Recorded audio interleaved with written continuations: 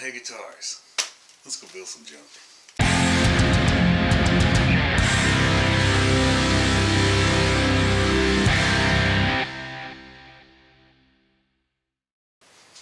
Alright, I'd already kind of mapped this out before, but I clamped my head template in place.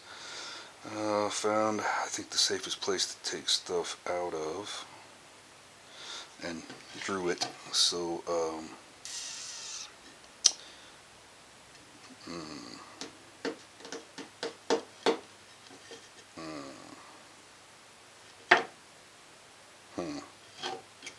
Alright, well, let's see how that pans out. But pattern-wise, I think this works pretty well. And at the same time, that side, it's just, with the thinner piece, it's just, I think it's just going to work out fairly well. So, to the bandsaw!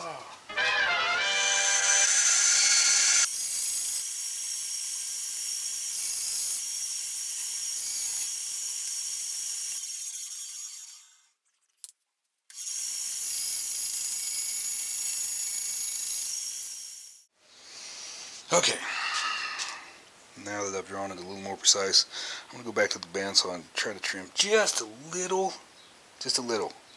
and then we'll glue this up.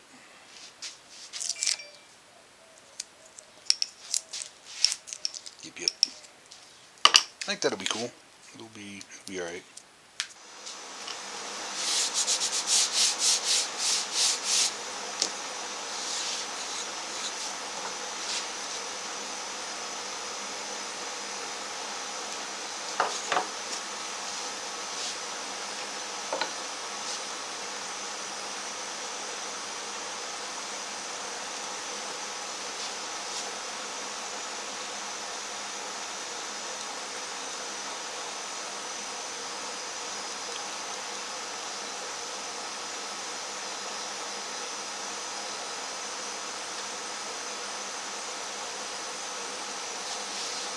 That's quite a bit more than we need, but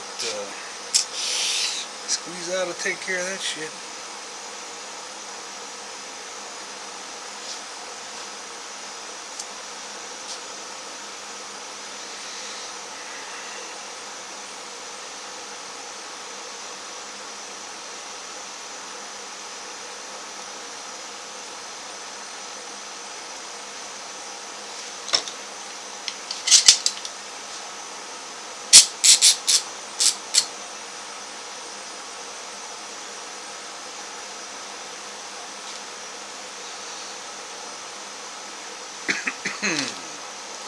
Squeeze the shit out of it,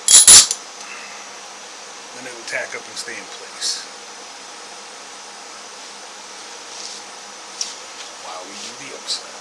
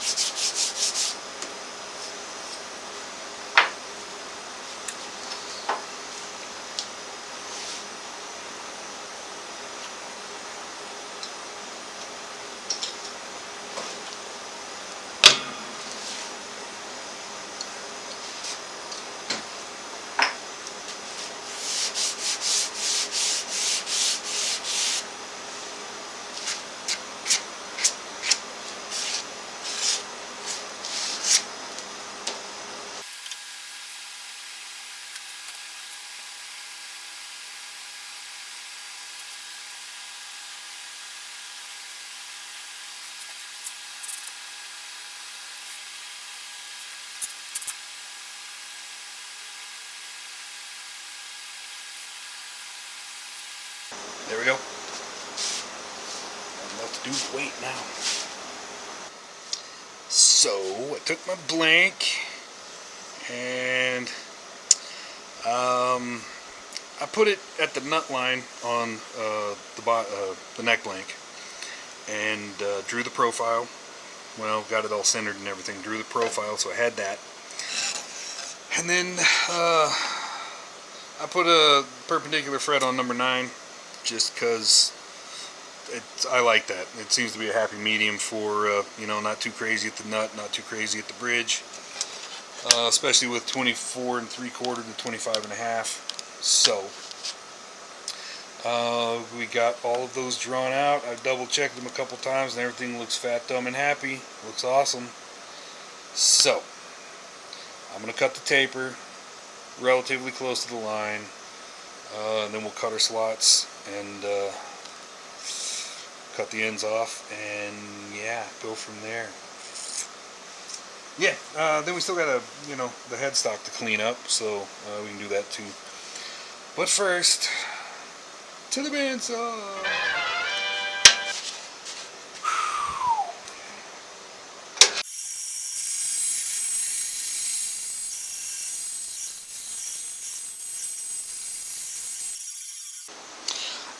I've done this a number of times, and I kind of neglect to think about the fact that some people are daunted by it.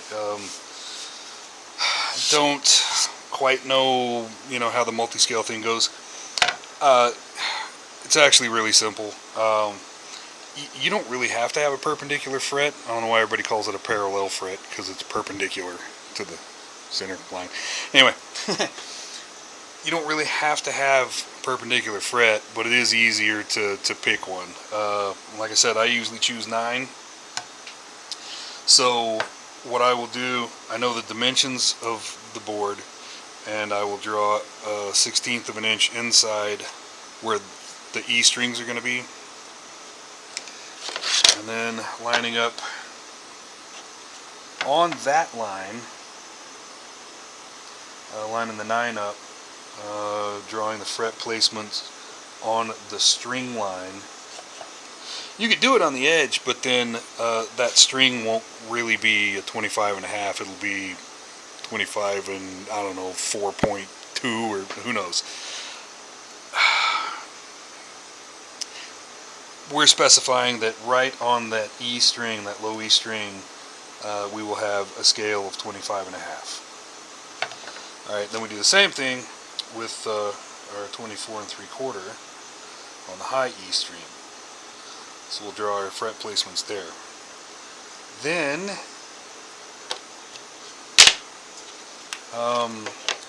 you just connect the dots. It's really that simple.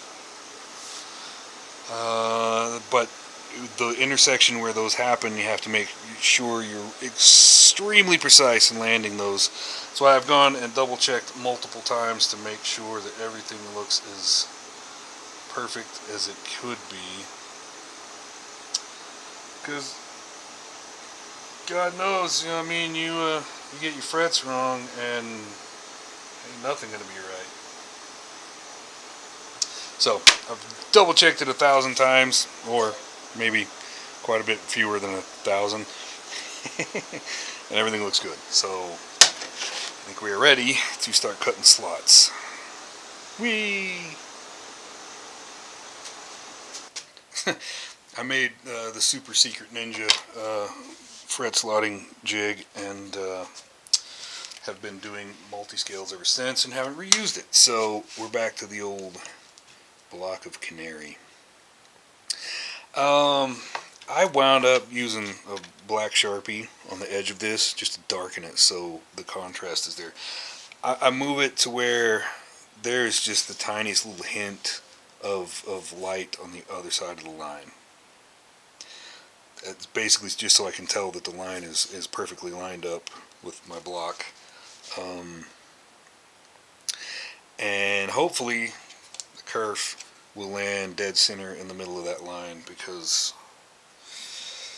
at some point it's too short. We're going to have to flip it around. I'm a little nervous about doing that because, whatever method I use, if I keep doing the same thing all the way down, in theory they should be right. If I flip it around, now I'm not so confident. I don't know. I'm not going to worry about it right at the minute. But the nut line is in place.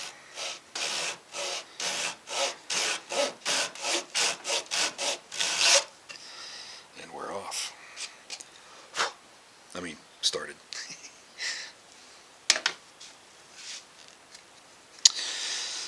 off and running.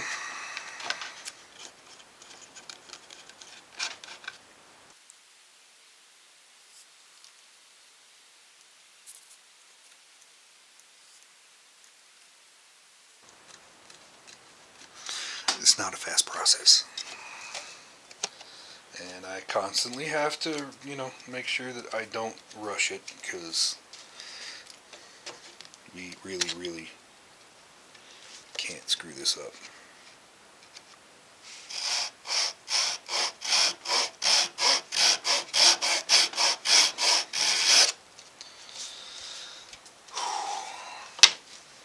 If there's ever a task where precision is needed, this is one of them.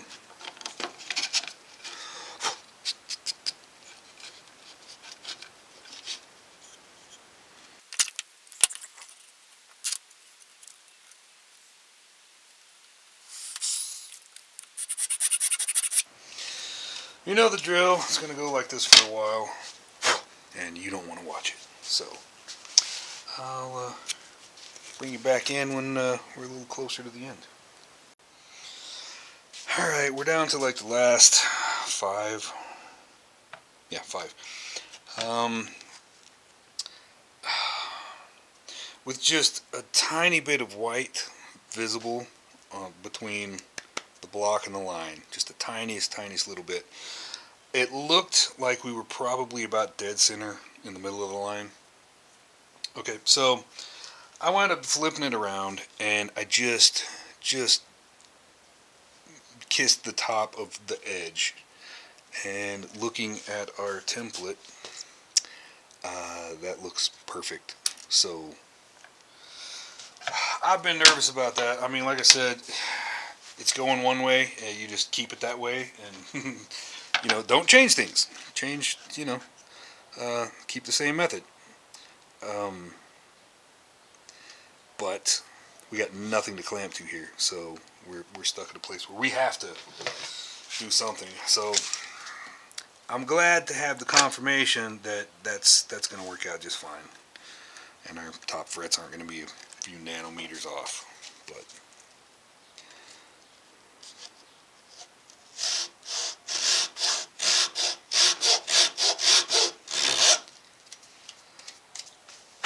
so we're almost done here, and then we'll knock the end off of there. Then we can get it temporarily placed on the neck, get some registration pins drilled. We can even flush trim it. Yeah, and then I guess we can start working on the damn inlay. Inlay is actually done, by the way, just not inlaid. Oh, you want to see it? I guess I did bring it up. This isn't the exact one, but this one was made at the same time. And that one somehow looks a little crooked. I 3D printed the black outline, and then I mixed up some epoxy with... Yeah, that one looks crooked. Mixed up some epoxy with some white glittery powder I have, and a little bit of pearl white acrylic paint. Filled it in, and boom, we got a bone. The fact that it's crooked would actually make it perfect for multi-scale. But we're not there yet. Realistically, inlaying it in Wenge, it'd be better if the outline wasn't black. Ooh. You know what? I would do purple if I had some purple. I don't think I have purple filament. Maybe I ought to fix that. Yeah.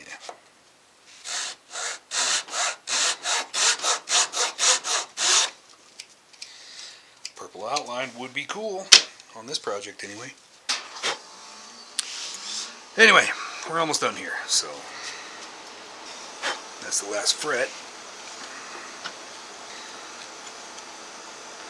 Now we just hack the end off.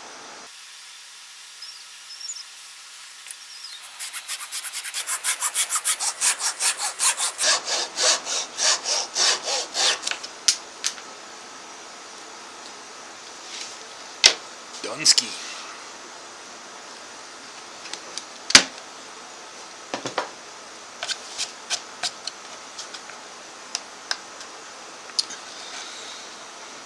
So, yep, afraid I might have to look into some purple filament because that would be awesome for this project. I'm also kind of struggling with, every time I've done this, I'm not entirely sure I like how the epoxy turns out.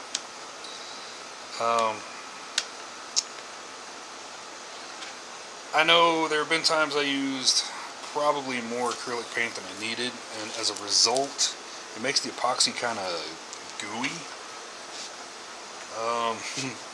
which kind of makes it a pain in the ass to fill the thing good with, you know, without any voids. Finding a good method that you can do that has been problematic as well. It's just going to be some trial and error figuring out how best to handle that. Know what I mean? Anyway, we're close to having a fretboard, and the center of that thing is going to be pretty damn close to the 12th. And that's what I was hoping for, because that's just going to be cool. Sound waves coming out of the 12th. Haha. Yep. Anyway, I just got it in the right place on the lines that we marked. Well, down here, and trimmed off. Yeah, anyway. I got us in place.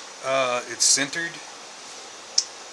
I guess it's time to drill some registration pins.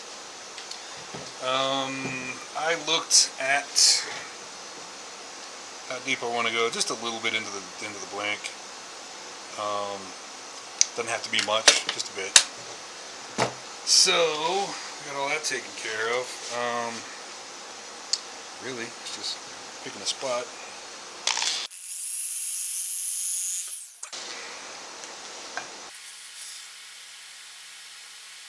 I don't want to be too close to the edge, but I also don't want to be in the truss rod channel. I can't help but wonder if maybe we should do a third.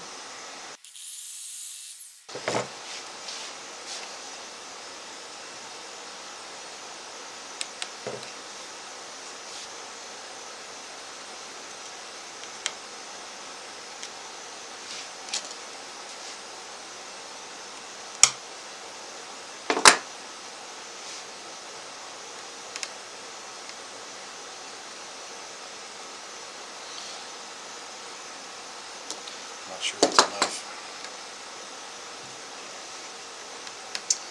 Probably need a fresh toothpick for that. Thanks for swinging by. It means the world to me that people actually watch and find some value in my goofy shenanigans. If you're one of those people, then do me a favor and like the video and subscribe so you can catch the, future junk coming up. So we always got stuff to do. So meet me back here next time. Bye.